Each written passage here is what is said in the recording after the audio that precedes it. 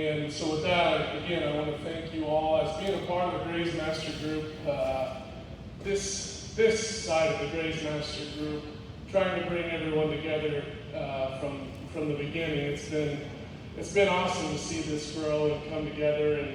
And who would have thought a couple guys like Dell and I, with the assistance of Kerry, could make this many people come together to listen to our failures and or successes randomly. But again, it's been a blessing to see everybody's face. All the vendors have been amazing, and again, some extremely compassionate and passionate speakers that we've listened to today, for sure. But again, I don't know that we have many more passionate people in this industry than Dell Fike and Kerry Hofschneider. So without them, none of this comes together. So if we could, please, I'd really like to give them a round of applause before I even get into this.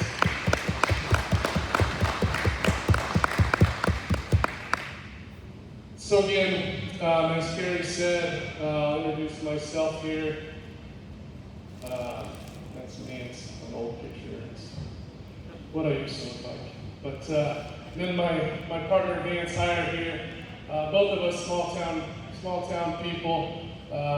We have our own DBA, doing business as, and again, we are comprehensive financial planners. And as you can see, we kind of did a quick collage of what goes on in our lives. I personally come from an agricultural background, which is kind of an inspirational story in itself of where I've gotten to where I'm at in this industry. And I guess as we go across the board here, picture by picture, we got Vance's significant other, we got myself. Any of you Husker fans in here? Nebraska football? All right, that number 22 that I'm hugging right there is the #1 recruit in the state of Nebraska for football for 2025. I still get him for one more year. And he just yesterday committed to the University of Nebraska over Georgia, Notre Dame, Penn State, Alabama. He could have went anywhere he wanted. So he stayed here. It was a big day. I got a call in. We were out at Dell's place, and I was watching it live. Dell doesn't know that. I was in my pickup watching his announcement live, but it is what it is. So again, I want to, at this moment, that's my youngest boy there upside down. He doesn't like to smile for pictures, so he was frowning, and I figured out a way to turn it into a smile, turn him upside down. So again, I'm going to introduce my partner Vance here, let him tell his story a little bit as well. Yeah, I'm Vance Hire, originally from Ainsworth, Nebraska, went to school in Lincoln, worked in the commodity risk management industry for a little while, then moved back to Ainsworth, took a job at the bank. That wasn't very fun, so decided to work with Kirk.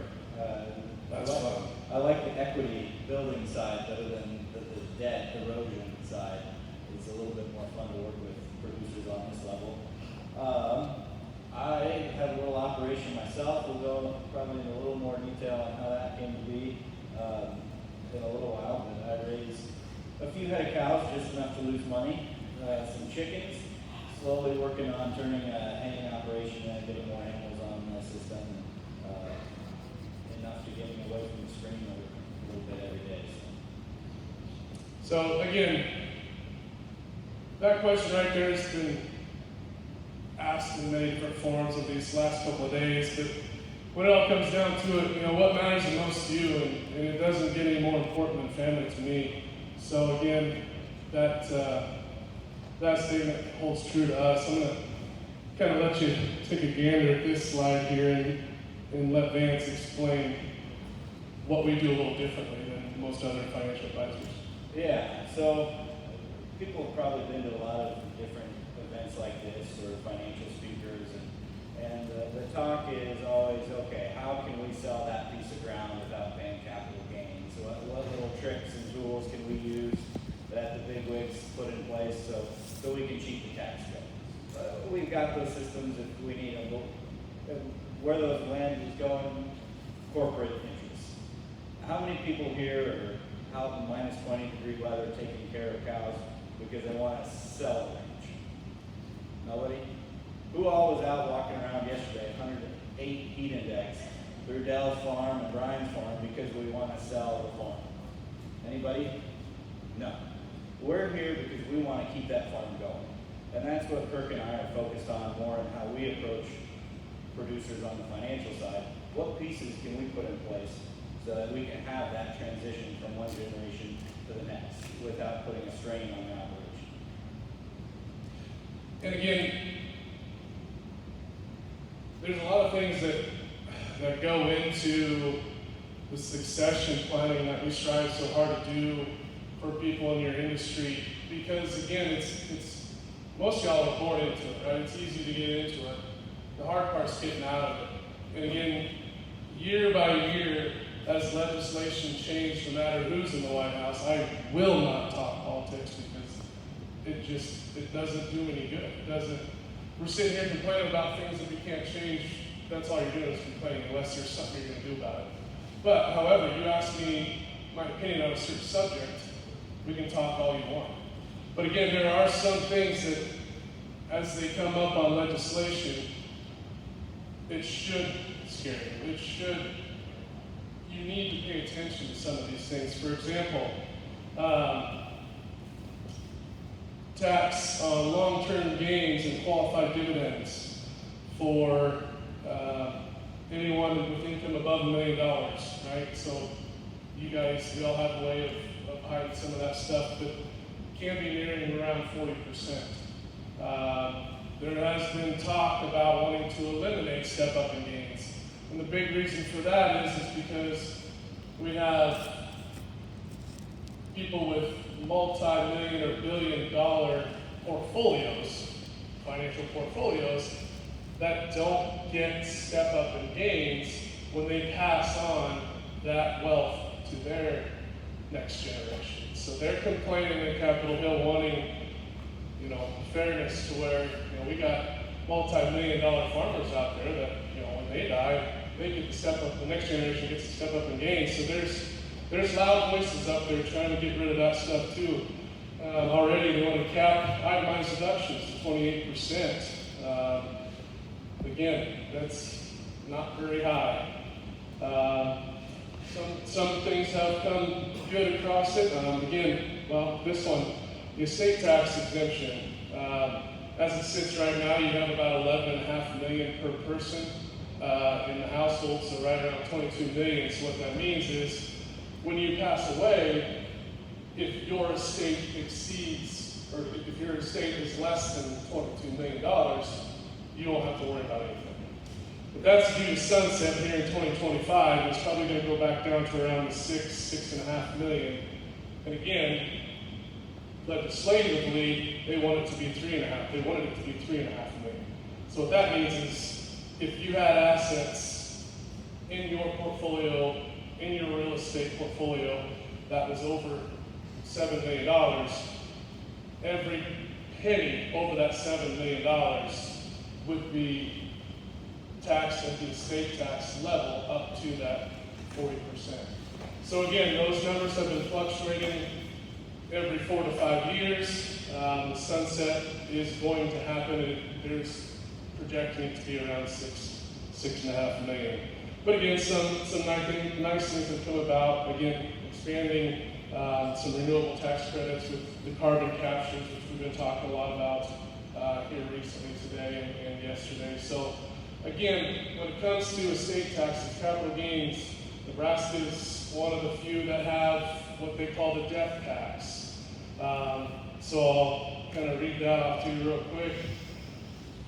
What that means is, again, these are just things that I want y'all to be prepared for when it comes to a conversation with us about. We try to find the most economical way for y'all to protect from these types of capital gains taxes, estate taxes, nursing home situations, to ruin what you guys have done in the last how many other generations of families that have run through your farm or ranch. So anything over $100,000 is going to have a 1% death tax that you move on to the next generation. That includes your parents, grandparents, siblings, children. That type of relation, you're still, anything over $100,000 is going to have a 1% death tax in the state of Nebraska. The further away you get genetically, the next tier would be class 2, your aunts, uncles, nieces, nephews, those types of folks that you leave your farm or ranch to. Anything over $40,000 is the exemption, will be taxed at 11% in our state as we sit. And then again, the class 3, which would be a friend, a hired man or woman, anything over $25,000 will be taxed at 15%. So again, being tax savvy and being understanding of what are the things we need to protect against, first and foremost, these are a few of the most evident, glaring things that we need to work together on to make sure that we have a plan and work that plan to take care of those things. So, anything else, Vance, on that? All right. Treat your business like a business. Sorry. While he's going through that, on this note, a lot of people overlook this side. We get into farming and ranching because we like the lifestyle, we like livestock, we like raising crops. We don't get into it because we like looking at spreadsheets. I saw that firsthand at the bank, annual cash flow time. We did not have people lining up at the door to be the first one into the office. What we focus on, if we look at that annual cash flow as like a micro analysis of the operation, we're looking at it from a macro level, not on an annual scale, but on a generational scale. From the life cycle of that entire operation, how are we looking at that from a financial perspective from start to finish?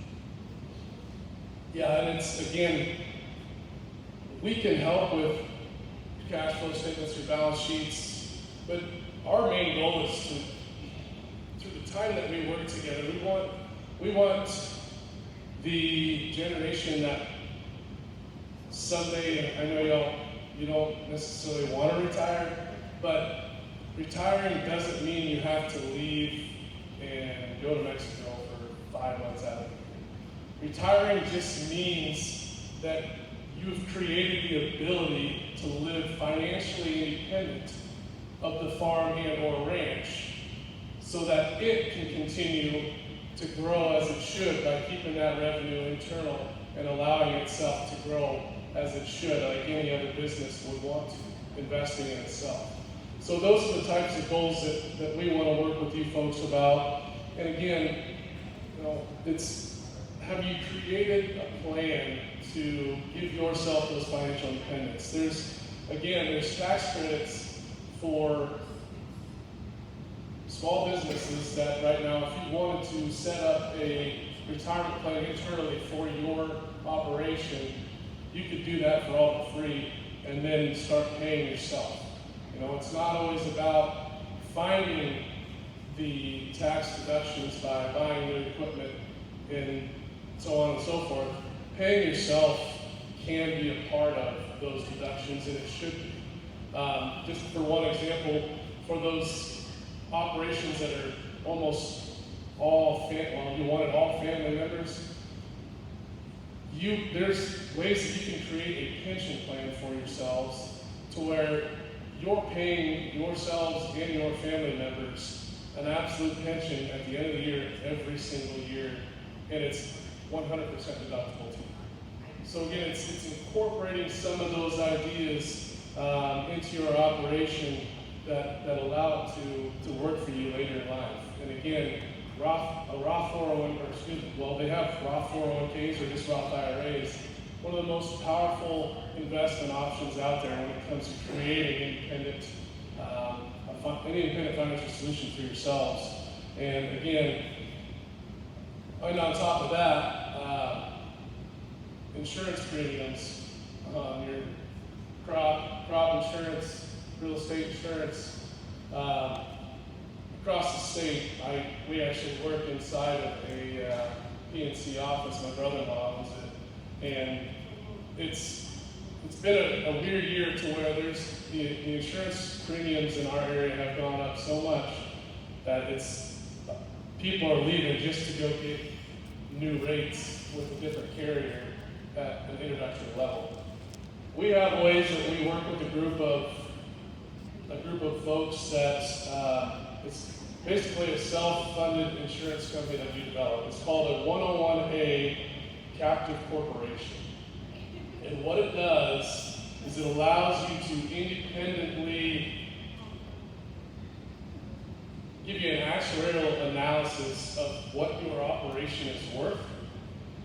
And we can work with a third party, a TPA, a third party administrator, to give you that valuation, which allows you to pay yourself into an actual investment fund that we keep at a very low risk rate. I mean, right now, CDs are paying 5.5%. You take that, and it's a way that you're able to deduct that insurance premium still as you do, but it's not a use it or lose it situation. It's if you don't use it, it grows. Just like any other investment. Well, not always grows. Just like any other investment would do when you're being conservative on how you're placing that money. So again, there's just options out there like that a lot of folks don't know and don't understand, just because, again, you don't know what you don't know. And again, it's guys like us that when we have a passion for this industry and work, and we chose to work with the demographics of you guys for the reason we can relate. Again, I didn't tell the story earlier, but it was my mom's side. There was 4 girls, 1 boy, and the operation, grandma and grandpa died way too soon. They didn't have anything set up. The son had sweat equity and equity into the farm and ranch. Ended up obviously going as you would expect through the court systems. Ended up all going to him, and down the road, now only 3 of the 5 siblings see each other on Thanksgiving on a regular basis. So again, that type of SHIT is what kind of drove me to do what I'm doing and take me down the path of many that you can go in this industry, just like being a lawyer, right? You can be a lawyer in all other types of professional aspects of what we do. But with that being said, again, that's our goal, is to help you understand and know what you don't know, to be able to start treating your business like a business.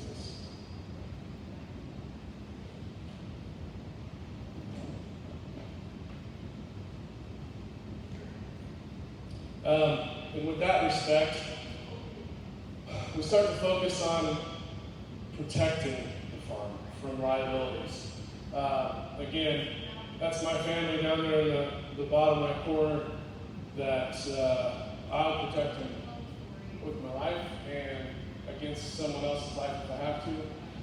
But when it comes to protection and understanding how much we need to be able to live in retirement, it's also understanding how much it costs to move away and be independent from the farm or ranch. And again, I was speaking with they're about my age, 35, 40 years old, and they called me up and wanted to talk about, when's a good time to start thinking about long-term care insurance? I go, not at your age. I mean, long-term care insurance is going to help you if you're in a home or you need help with your activities of daily living. And she goes, well, how am I supposed to protect our income if my husband breaks his leg or becomes paralyzed from the waist down, right? So I see agribility over there where, that's kind of their market they've been in for a while. So how do I replace that income without hiring somebody and losing that income because I have to hire someone to work? I said, well, have you looked into disability income? She goes, yeah, but I can't find anybody that'll write anything on us to help with it. I said, well, we have one company in particular that's what their focus is farm and ranch. operations. So when you fill out their questionnaire, it's tailored to how many head of cattle do you have, how many acres do you farm, so on and so forth, to where there's companies out there that will help with those types of things. And again, you don't know what you don't know. You're not going to find that stuff out from a lawyer or an accountant. And we have to have many partners, just like John over there, in our industry throughout multiple.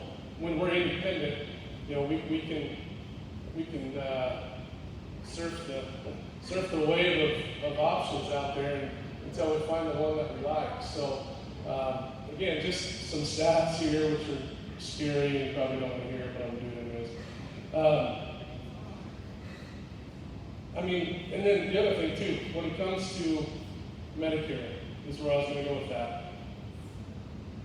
Medicare is so my folks just retired, and so did my in-laws. I told Vance he was supposed to handle my in-laws stuff, and he must have been gone that day, but I had to deal with it.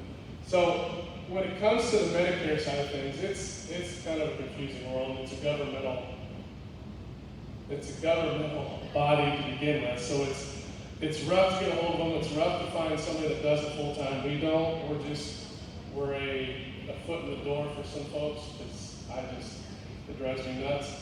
But again, the issue we're running to in the area where we're at is not understanding the difference between actual Medicare and then getting it with a supplement versus Medicare Advantage.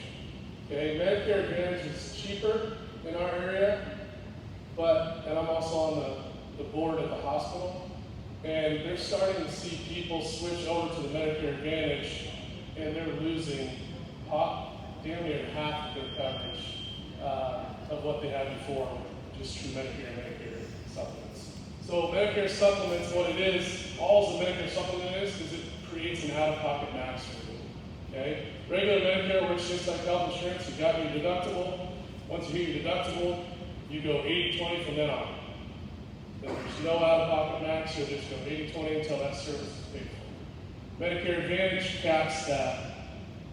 It puts an out-of-pocket max for you, so that once you hit that amount of money out of pocket, now 100% is paid by whatever supplemental company you go with.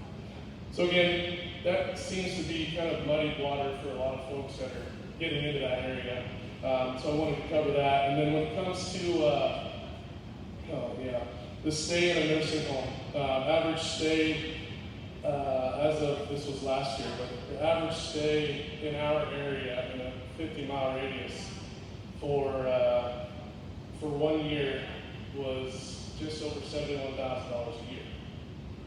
So you can about imagine what that would do, and I've seen it. You know what it does to an operation that doesn't have those types of things protected. There's many ways to do it, but again, going the true qualified long-term care route, you get to deduct a certain amount of those premiums as you're doing it. But again, when we're comprehensive financial advisors, we're going to go through all that stuff with you and help you figure out what's the best way to go. And again, projections for 2040 I have another digit to that. They're projecting an annual stay in the year 2040 of $171,000 for full care.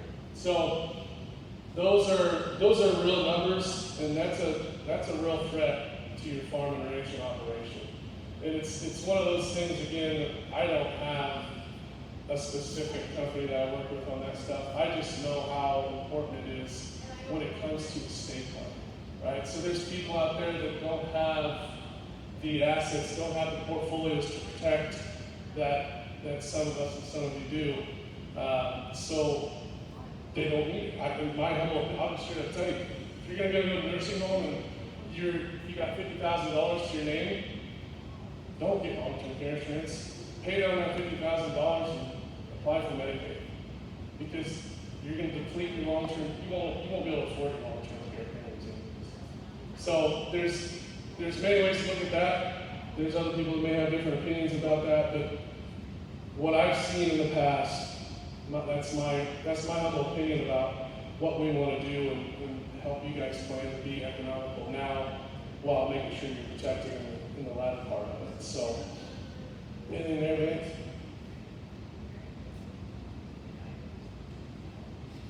We'll let Vance take over here. This is a slide about generational transition and succession planning, like Vance was talking at the beginning.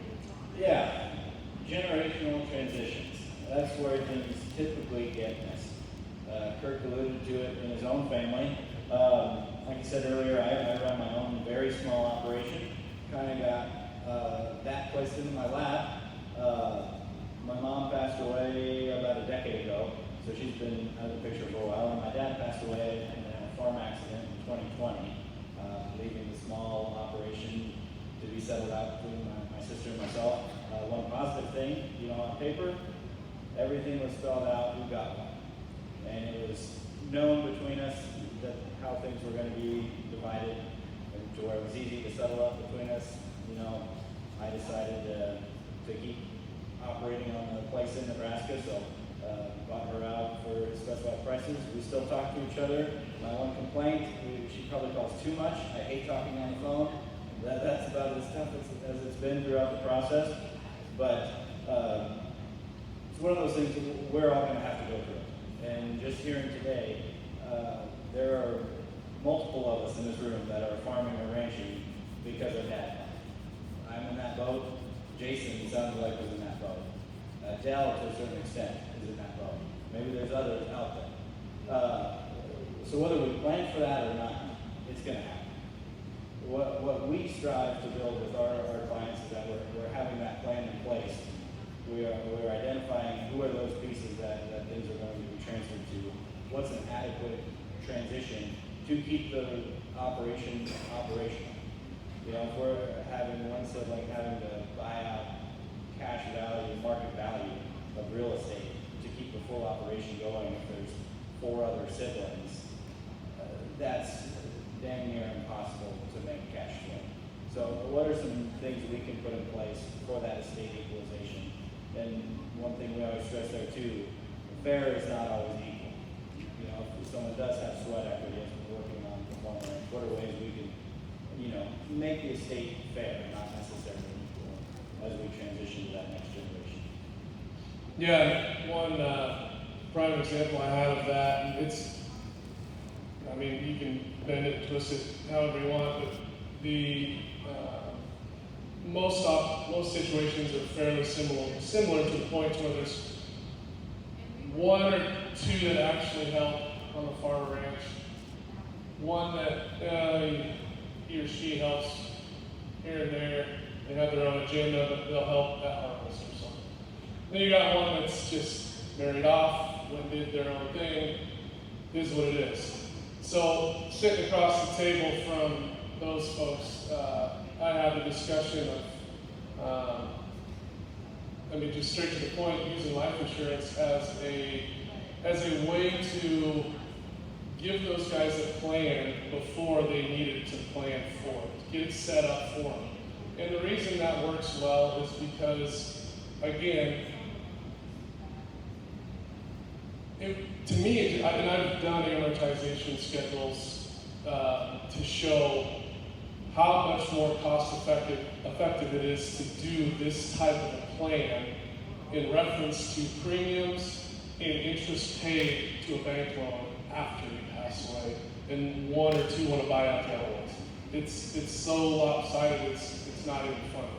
And not only that, but when talking to the other siblings, and that's the biggest part of this whole story here, is having all 3 of those siblings understand what and why we're doing what we're doing made sense to them. So, for example, the one that's 3 of them, the one that's on the farm literally doesn't leave the farm. He's, no offense to you, 45 and single guys, but he's 45 and single because he doesn't leave the farm. He just does it. It's his life. It's all he cares about. It's what he does. The other one's married, and the boy that helps during harvest, he has his pilot's license and he flies crop dusters, helps during harvest. And then the other sister is married off, living in Grand Island, doing their own thing. So the conundrum Mom and Dad were having was this, well, this place is worth X million dollars, and how are we going to do that when we got one that doesn't want to farm, one that farms when he wants to, and one the farm wouldn't run without this guy. And I just simply said, all right, so tell me what you think is fair. If I were to give them a pile of tax-free money, just give me an estimate based upon how much you've done for those kids versus how much this one kid does for the farm. He came to a number that they agreed on, and let's say it's $500,000 for the other two kids. I said, okay, here's how you tell kid 2, the part-time farmer. I said, I sat with him and we talked, and I said, he goes, well, I might want to farm. I think I would rather just inherit part of the farm with my brother and do it. And I said, okay, what if I brought your brother in here and asked him if he thought that was fair, that you got half the farm, he got half the farm, he's done 95% of the work? Because these conversations need to be real, and when the other party's not in the room, it tends to be easier for these folks to say that. And I said, or what if I do this? What if I give you $500,000 when your folks pass away to be able to bring that money to the existing operation? If you truly want to farm, how much will that do for you when you take that to your used to be banker Vance and say, hey, how can we improve this farm? Is there a piece of property out here that we can stow this money away and use it when that time's right? He's like, that way you have the option. If your crop dusting career takes off and you want to take that money and go that way with it, you can. Don't interrupt the ecosystem of the way this farm is operated just because of the thought process of you owning a part of this farm. Because again, it's only worth $11 million if you sell it. It's still a business that needs to operate. Again, and if you sold it, you're not going to get that amount of money out of it anyways. So, and then again, same conversation with the sister. She's like, I'll take $500,000 out of it with me. So those conversations, again, just like everybody's been talking about, the last two speakers, about having that conversation up front and being real, it's hard for us, but it's also part of what we do. And in order for us to move forward and get a plan set up for you guys, it has to be done. And we're okay with being the bad guys because it's options that they didn't have in the beginning. So, well, the key is communicating that plan. You can sit with your financial advisor, with your accountant, with your attorney. Okay, everything's on paper. It all checks out. End of the day, you pass away. You're in a box. Kids are in a room reading what that beautiful plan was that you had in mind. They don't agree.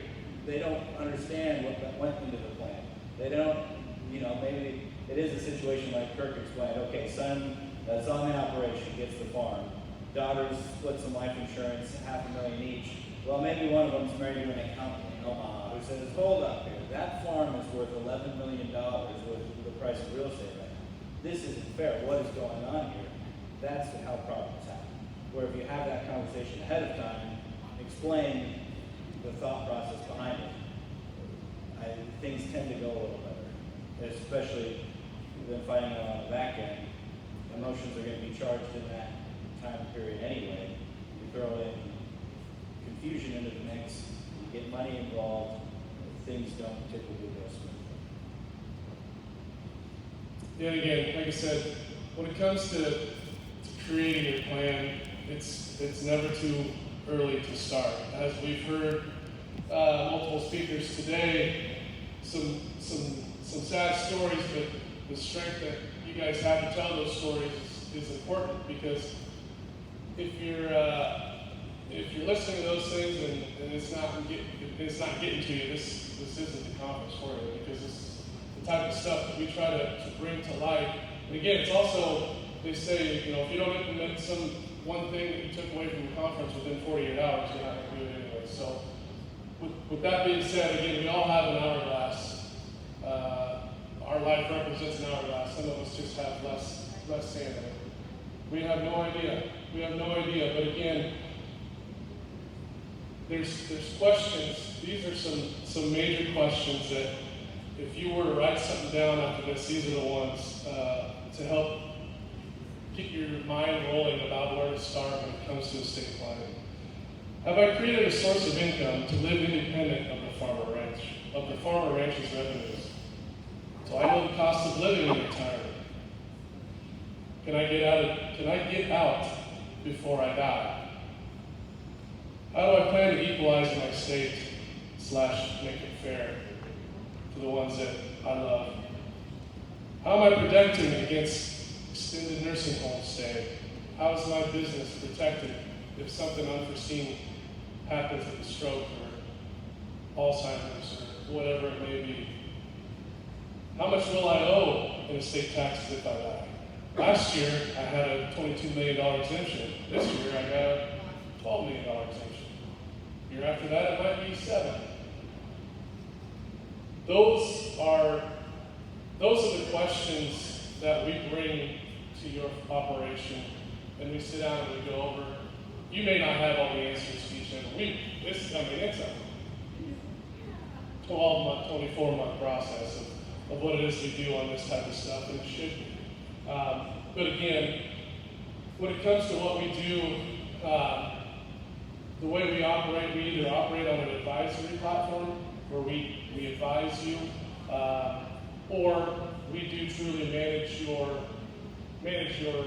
your assets and go that route with you. So before I end, we have another gentleman here with us.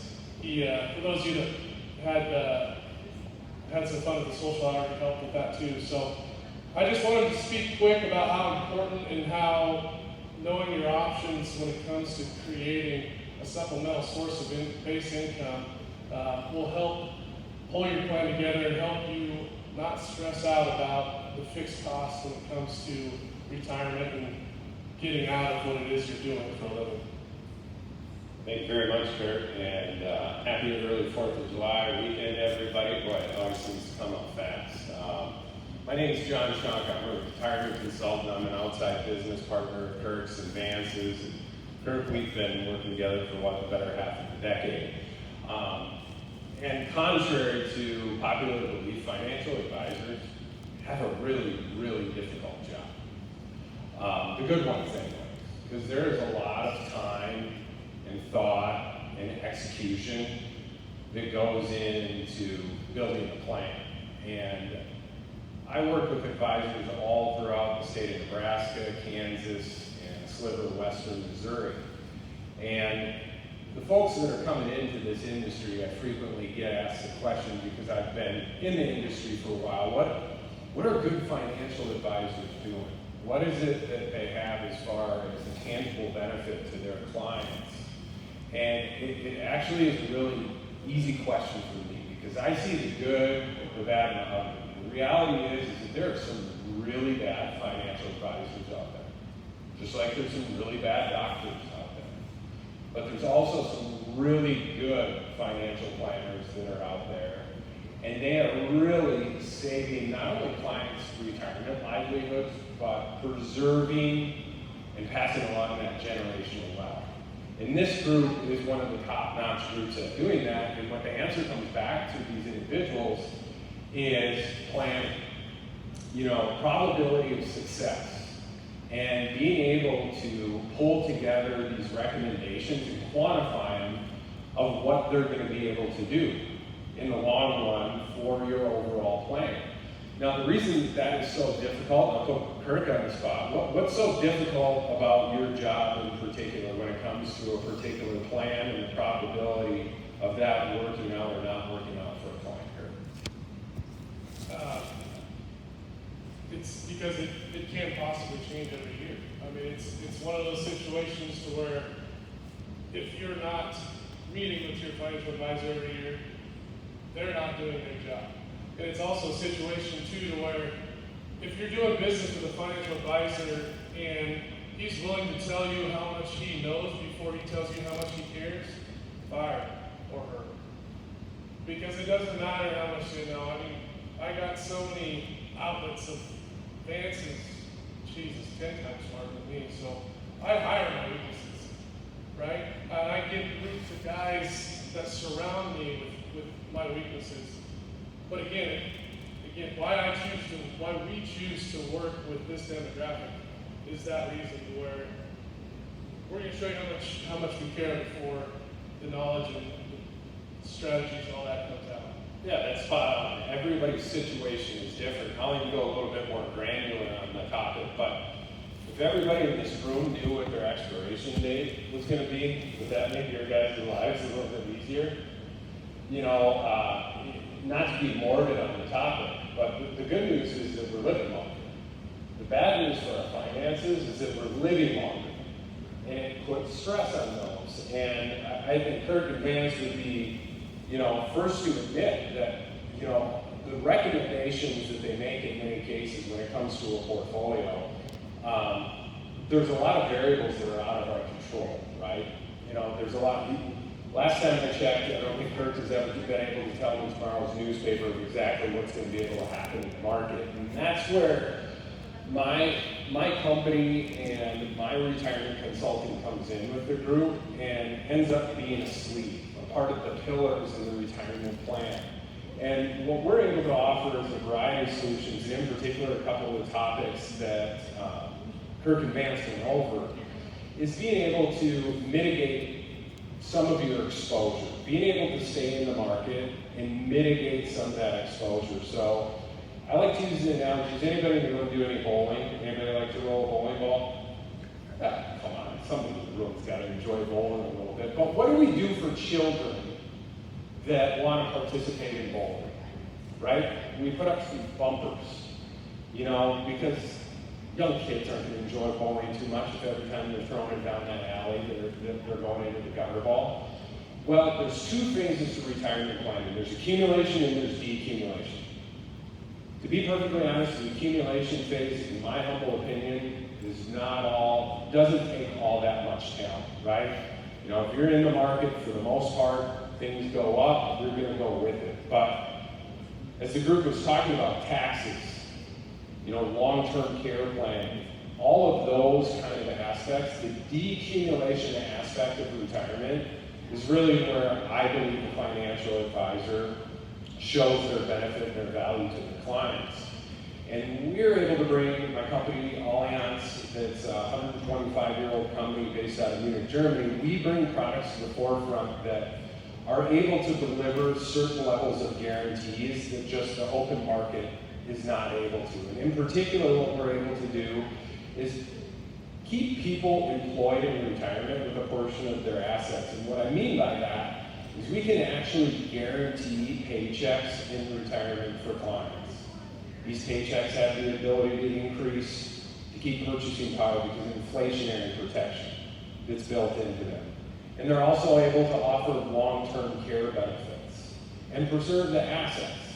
So it has the ability not only to take pressure off of the rest of the portfolio, but it also has the ability to prepare and preserve the assets for the future benefits if that's an intent to pass along as a legacy. And we're able to quantify these. Kirk and Vance are able to speak to these, and I'm not going to go too deep on the subject. I have some more specific materials that I'm happy to discuss if anybody's interested in doing that. But I would really encourage you, I imagine many have financial professionals maybe in their lives right now. I don't think that there's ever an encouragement for you to leave from there, but always make sure that you're stress testing that relationship a little bit. Make sure the full plan is being done, and Kirk and Vance have a variety of resources at their disposal that if you would find some appeal in being able to mitigate how much you're actually participating in the market while you're growing your assets and preserving them, putting some bumpers up, and also guaranteeing basic essential income needs. And really what we look at is those costs that are never going away. They're likely not going to go down over time, they're going to go up. The things that allow an individual to live in independence food, shelter, electricity, healthcare. You know, without some guarantees of those costs being built into your plan, you're at the mercy of the performance of the portfolio. And again, going back to that longevity aspect of things, 70% of retirees say that they are more fearful of running out of money than they are death. You think about that for a second. You know, I'm actually more scared of being alive without the assets to survive on than I am of actually dying itself. That, for many folks, is a choice. And, you know, the statistics of living a stress-free retirement goes up tenfold with some of the tools that the group is able to provide. So I know it's getting close to supper time for many. I'll stop there, but if there's any questions that I can ask, I'm happy to answer some of those, or you can stop by the table afterwards. But anything I missed, Kirk? Vance? Perfect, thank you. Before we wrap up here, we're going to offer everybody that's a part of the Graze Master events, we offer discounts.